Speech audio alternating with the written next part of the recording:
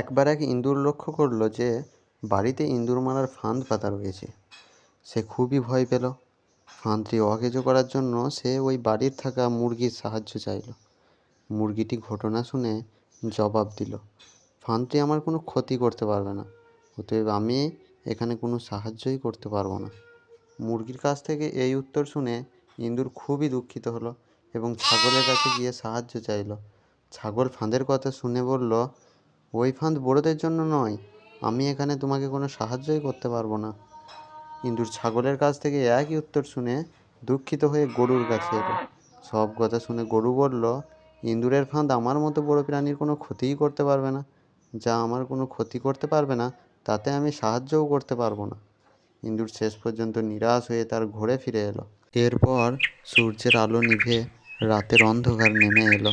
রাতের বেলা বাড়ির কর্ত্রী অন্ধকারের ভিতর বুঝতে পারলেন যে ফাঁদে কিছু একটা ধরা পড়েছে। অন্ধকারে ফাঁদের কাছে হাত দিতেই উনি হাতে কামড় খেলেন এবং দেখলেন ফাঁদে ইঁদুরের বদলে সাপ ধরা পড়েছে। তাই তিনি চিৎকার করে উঠলেন। তাই চিৎকারে কর্তার ঘুম ভাঙল। তাড়াতাড়ি ডাক্তারও ডাকা হলো। চিকিৎসাও শুরু হয়ে গেল, কিন্তু অবস্থা মোটেই ভালো হলো না। পথ্য হিসাবে ডাক্তার মুরগির স্যুপ খাওয়াতে বললেন। স্যুপের জন্য কর্তা মুরগিকে জবাই করে দিলেন। অবস্থা আস্তে আস্তে আরও খারাপ হতে লাগলো। দূর দূরান্ত থেকে আরও অনেক আত্মীয় স্বজন আসতে লাগলো। বাধ্য হয়ে কর্তা ছাগলকে জবাই করলেন তাদের আপ্যায়ন করার জন্য।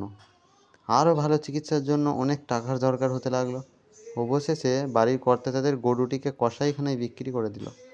একসময় বাড়ির কর্ত্রী সুস্থ হয়ে উঠল, আর এই সমস্ত কিচ্ছু সেই ছোট্ট ইঁদুরটি তার ঘর থেকে পর্যবেক্ষণ করলো। এখান থেকে কী শেখা গেল বন্ধুরা? যে কেউ বিপদে সাহায্য চাইলে তাকে সাহায্য করা উচিত, হোক সেই বিপদ আপনার স্পর্শ করুক বা না করুক। বিপদগ্রস্তকে সাহায্য করা মানুষের নৈতিক দায়িত্ব।